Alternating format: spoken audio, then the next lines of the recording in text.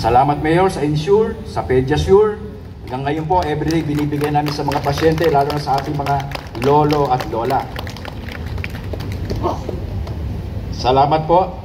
Ngayon, ito pong October 15, 2025, meron po kami 15 employees. Ito po ay dati mga job order at contract of service na ating po na-hire ng permanent na po. At as a 15 plus. Maraming salamat ngayon na hire po. Parang umabot po yata ng mga 1 to 3 years bago sila ma-permanent. Yan po ay yung mga nurse natin at graduate po yan ng PLM. Tsaka yung dalawa naming doktor na ating na-hire na permanent, graduate po ng PLM.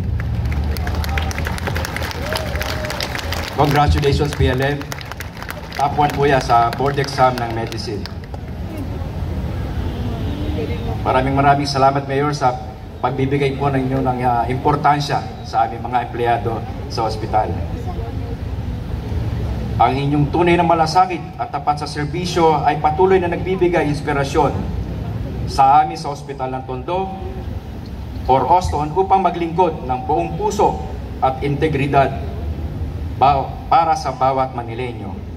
Mabuhay po kayo at mabuhay ang lungsod ng Maynila.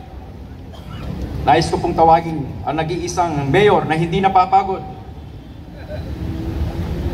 Ang ating pinakamamahal at malapit na po mag-birthday. Happy birthday po, Mayor! Mayor Francisco Moreno Dumagoso. Thank you.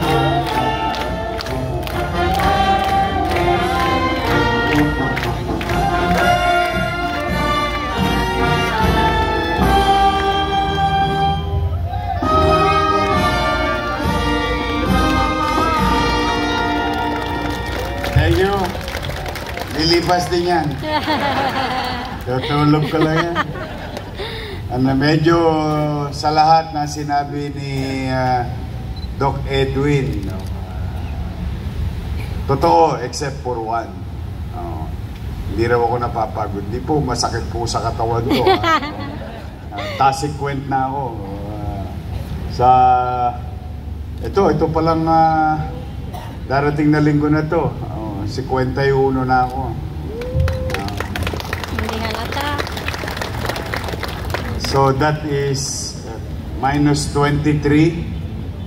So that's about 28. Kasama ninyong 28 years. Most of it doing public service. Dito na po ako naubusan ng buhok. Lahat na ng linya ko sa mukha. But I'm happy to be of service. And congratulations to Dr. Edwin Perez, our director, at 10 ng ating mga kasamahan sa Auston. Huwag kang mag-alala, Doc Edwin. May awa ang Diyos.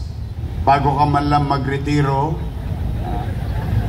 someday, somehow, magkaroon kayo ng bagong bahay. Yay! Bagong lugar for our hospital ng Tondo. Masyado na pong maliit para sa populasyon ng District 2. May awa ang Diyos. Sumulat naman na ako. Hindi ko lang alam kung ano magiging reply. Una natin hanapin lupa. Yung pera, ayun, yung pa isa problema. Sa pangarap, sobra-sobra. Yes. But hopefully, may awa ang Diyos. Magkaroon kayo ng bagong bahay na mas malaki. Para mas marami tayong mayakap na mga kababayan natin. So, to those who waited 3 years, it took only 3 months for you to wait. Those 15. And sometimes good things come to those who wait. I'm happy and proud of you at sa lahat ng ating medical and non-medical members of the Auston family. Pumanatag kayo. Kasi ang alam ko, pinakamasaya itong Pasko, MHD saka mga ospital. Wow! may awa ang Diyos. Maswerte kayo. But then again, isa lang naman ang request ko. Alam nyo, ang taong may sakit, walang matatanggap na katwiran. Pag may nararamdaman ng tao na karamdaman, talagang siyempre minsan hindi niya maunawaan yung mga procedure, mga pamamaraan. Kaya the least thing that we can give to them on top of our healthcare delivery of service is isa lang hiningi ko, can you smile? Always smile with our patient. Ngitian nyo lang. Tingin ko kahit na anong nararamdaman nun. Uhupa yung kanyang pagka irritable. Always smile while you're, kausap nyo ang ating pasyente. Tayong mga nakakaunawa, lalo dapat lumawak ang ating pangunawa. Iparamdam natin sa kanila, sa ating mamamayan, na ang pagmamalasakit ng ating mga doktor and non-medical personnel of MHD in our health center, MHD in our hospitals, na talagang masarap pumunta sa pampublikong ospital at matutugunan yung pangangailangan nila sa usaping pangkalusugan. And to PLM, palakpakan natin ang PLM. Ang PLM, I think the other day, about 4 or 5 days ago, top-notcher. Grabe, ang galing. And kung nasaan man, ngayon, ang ating dating butihing mayor, Mayor Lacson and Mayor Villegas, those two mayors, we owe it to them. Imagine if every leader in this country or local government unit makaisip ng programa, ilang henerasyon na ay patuloy pa rin pinakikinabangan ng kanyang nasasakupan. Nasa ilalim na sila ng lupa hanggang ngayon. Ang bagong henerasyon ay patuloy na napapakinabangan ng mamamayan. So that's why we owe it to them. We owe it to Mayor Lacson, to Mayor Villegas. At hindi lang napapakinabangan, nakapagpuproduce pa tayo ng magagaling na profesional. And with that, we are lalong nagtutuloy-tuloy ang pag-aalap ng damdamin ng inyong lingkod na palawakin, palakihin, at pagandahin. And soon, I'll share it to you, the future in the coming weeks of our lives of Pamantasan Lungsod ng Maynila College of Medicine in Roas Boulevard. That will cater from today's 300 possible medical professionals.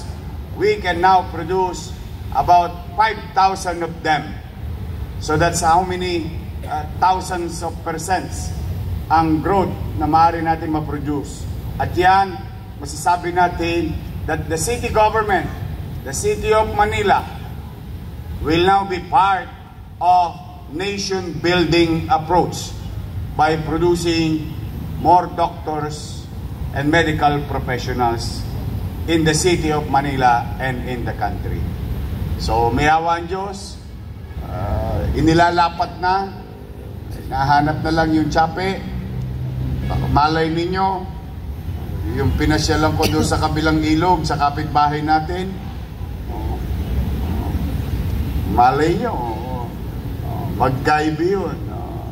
And I'm happy to share. I don't want to get too excited, but lalo na yung mga taga Maynila rito na mga empleyado natin at sa mga mamamayan natin sa lungsod ng Maynila. I am hoping and optimistic that good things will come to the city of Manila. And if these things will happen, o yung mga apo ninyo, mga anak nyo, at magiging anak ng apo ninyo, ilang henerasyon ang makikinabang sa mangyayaring yaon. So, tayo naman, basta tayo tuloy-tuloy lang. Lakasan natin ang loob natin, bagamat talagang tukod na tukod tayo sa pananalapi. Pero nung isang araw, naka-delay siya na naman si Paul at saka si Citiad. Nakasingil na naman tayo ng 32 million. Ano? Wow. 32 million. Ano? May flood control. O, nagpa-flooding din na SOA.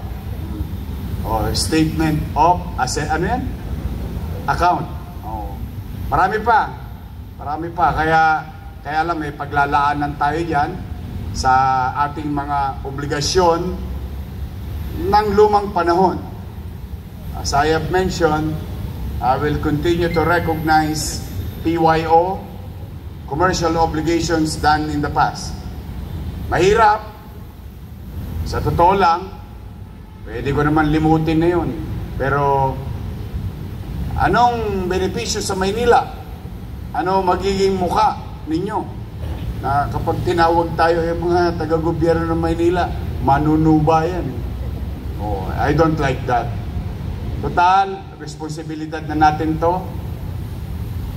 But I need your help. I really need your help. With all humility, I really need your help. Just excel from your field of undertaking. Tulong-tulong tayo. Ego, makatatawid tayo, makararaos tayo. Nairaos ko na yung Lespo. Oh, masasaya mga misis niya nung nakaraang linggo. Oh, nadali ko na yung July, August, September of 2024. Opo, totoo yun 2024. But hopefully, yung aking mga PWD naman, at solo parent, at siyempre yung UDM. Kasi yung PLM nakadalawa na sa akin. Naka-58 na yun, saka naka-19. So, mapapasin ninyo, kaya ko yan yung kinukwento sa inyo, para bang ang nangyayari sa Maynila, hand to mouth. Pag may tsape, arya. Yung iba naman, yung mga low-hanging fruit, gawa, trabaho. And like what Edwin Perez, Director Edwin Perez said, yes, we will continue to invest in healthcare, housing, education, and jobs. And we have continuous growth of new businesses in the city, and new jobs are being created with this liberalization and doing some ease of business in our rules and laws in their respective agencies, bureau, and department of the city government of Manila. More to come. They are coming back to Manila. That's why, sabi nga ng kanta, I keep coming back to Manila. And yes, they will. They will go back to Manila. Because Manila, not only for you, each and every one of you and our people, to the businesses, it's a land of opportunity. That's great opportunity in Manila. Untapped or underutilized. And as a city itself, as you all know, yes, we are old, but we can make it pleasant at panatag ang pamuko. So sa inyo naman, mga kasama ko nagtatrabaho, lapit na, tulog na lang, mararamdaman nyo na naman ang simoy ng Pasko. Konti na lang. Tama ba yung oras? Pareho kami ng oras. O nga pala, kinilala, saan si Crystal? kinilala tayo, no? Crystal, itong ating clock tower ng UN, something like that. Kinilala na yung dating tambakan ng basura. Alam niyo ba ang basura niyan? Simula sa ground floor pataas. Nung first term natin, inayos natin. Ngayon naging pasyalan. O ngayon kinilala na ng mga international organization yung kahalagahan ng pagsasayos. Yan ang ating magiging gabay. But again, with all humility, I'm asking each and every one of you, tulungan niyo ako. I cannot do this on my own. Bawat isa sa inyo ay may halaga,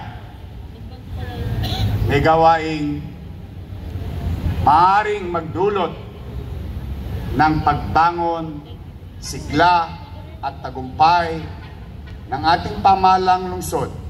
At pag ang pamahalang lungsod naging masagan at matagumpay, siya namang ikabubuti ng ating 2 milyong mamamayan sa lungsod ng Maynila. So muli, mag-iingat kayo. Ang dalangin ko ulit, it's Monday, start of the week. I hope that God will keep you always healthy. Pag kayo'y nakararamdam na ng paninikip ng dibdib, huwag na kayo magpa-angiogram sa mga private hospital. Punta lang kayo kay Padilla, kay Director Padilla. Wala kayong gagastusin 50,000, 80,000. Pati kamag-anak nyo, huwag kayong mahiya, ha? Pati kamag-anak nyo, kakilala nyo, kaibigan nyo, ex nyo, jowa nyo, welcome sila lahat sa Maynila. We invested into this machine so that we can keep everyone safe and healthy. So now, I'm praying that this week and many days to come, that God will continue to guide and keep you safe. Muli, magandang umaga mga kapwa ko, kawani ng pamahalang lungsod ng Maynila. Maraming salamat at pagpalain nawa kayo ng Pong May Kapal. Manila, God first. Thank you.